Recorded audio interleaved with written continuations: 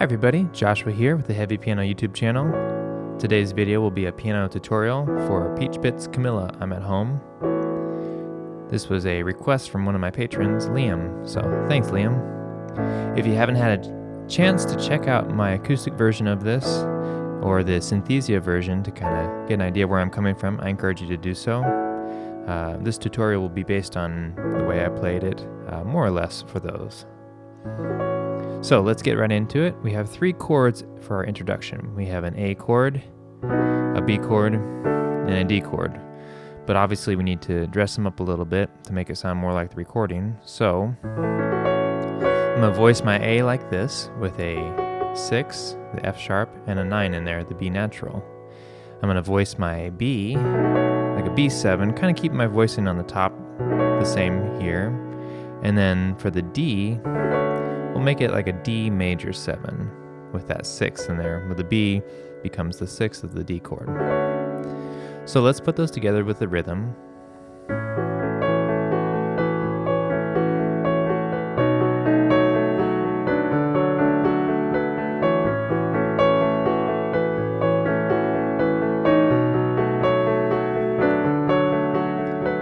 We're gonna do it 3 times.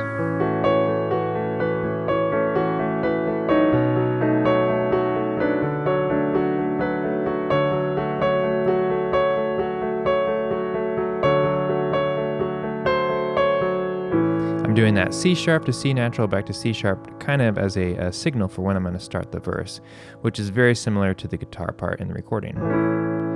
So coming out of the introduction, we start our verse with the same A chord. Our verse is going to be 5 chords. It's going to be A major, B7 over D sharp, D major, B7 over D.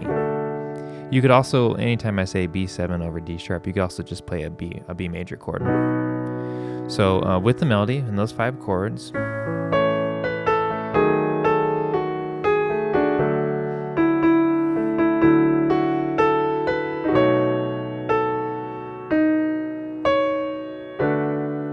okay, let me add a little bit of rhythm in here.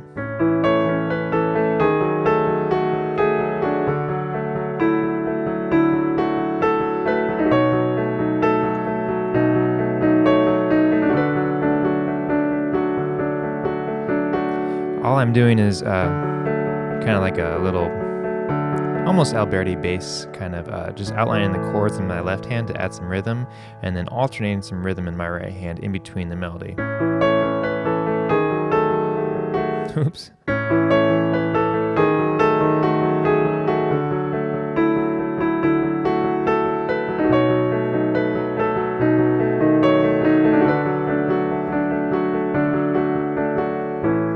Okay, so coming out of the verse, we have our chorus. So we have an E chord.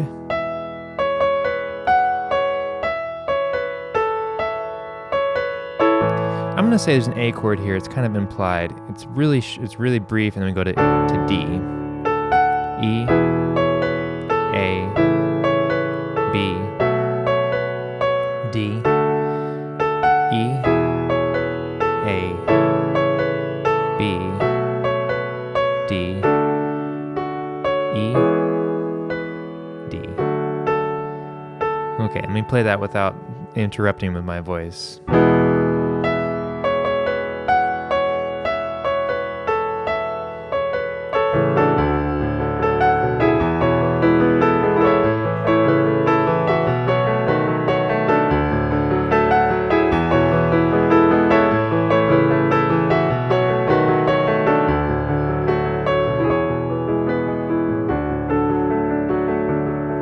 I'm doing some of these rolled chords for the first octave. I'll just handle with my hand, and then I'll cross over, maybe it's a 3 or a 2.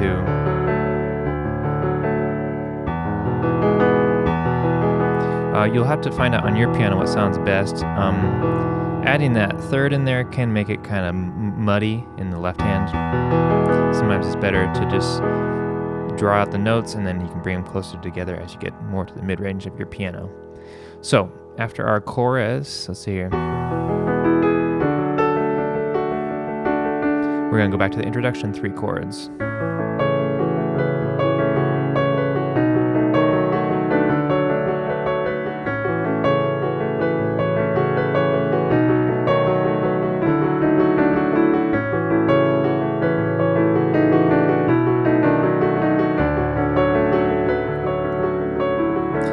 Sorry, I'm just messing around. I kind of like that a little bit there, but same thing here. We're going to do the verse again, and I use that C sharp, C natural, C sharp to kind of signify when I wanted to come back into the verse. Let's see, and so the second verse, I made it a little bit different. So the first time I played, I kind of hung back energy-wise. Now I'm going to add maybe some lower octaves, some filled out chords, just to create a little more movement and energy to differentiate it from the first verse. Let's see here.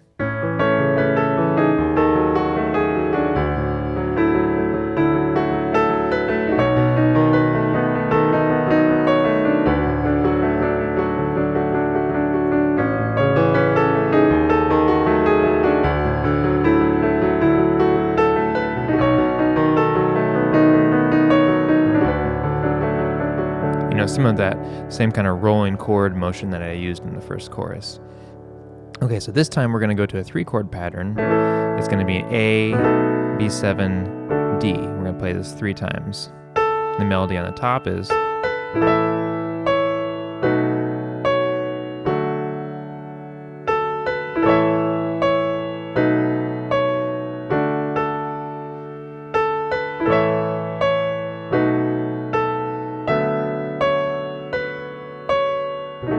ending with the B7. Let me go ahead and play that with some rhythm in there.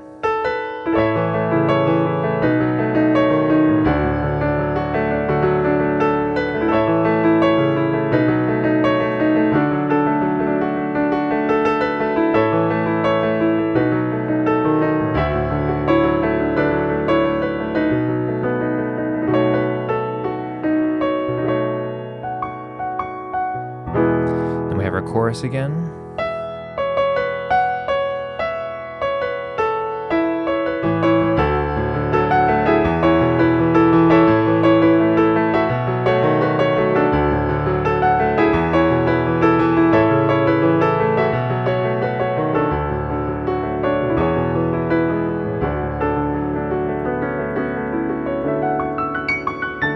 I guess I didn't talk about that very much the first time. So that last D chord at the end of the chorus, I'm using some shapes here. So I'm doing it's a D major 7. You can do that spread out voicing where you have octave and root, and then octave, and then kind of like, let's see here, it'd be the major 7 and then the third. And you can change the inversion of that in the right hand. It's going to sound differently playing it like this versus this. So playing around with some of that spreading and bringing back together of that voicing. There's a shape I like to use, which is a 9th, 3rd, and 7th. You can then you move it to where it's also like a 6th, 7th, 3rd, and then modifying the top note. So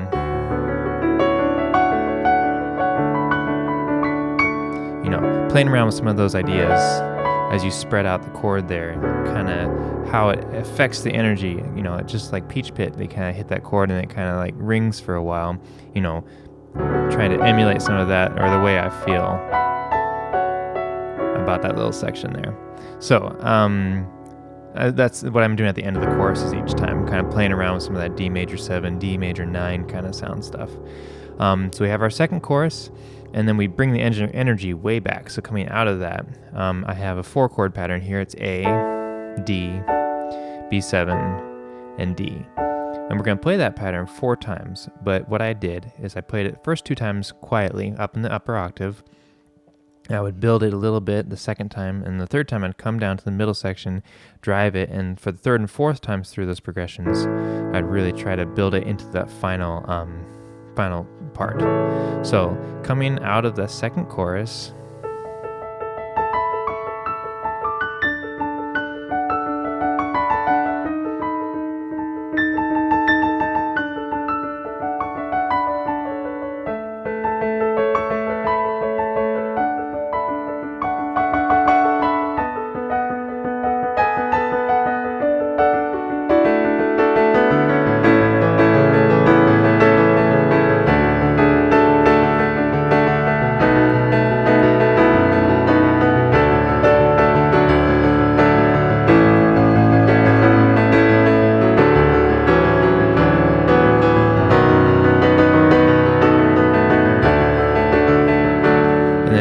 I'm coming out of that last D to land here for the melody.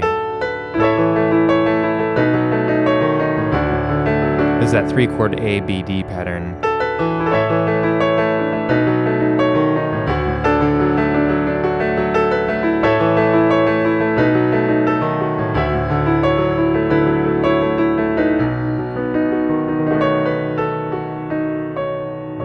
Ending on that B7.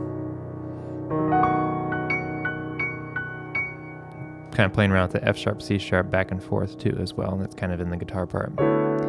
So I think that's all the chords and melody for that piece. Talked a little bit about some of the rhythms I'm using.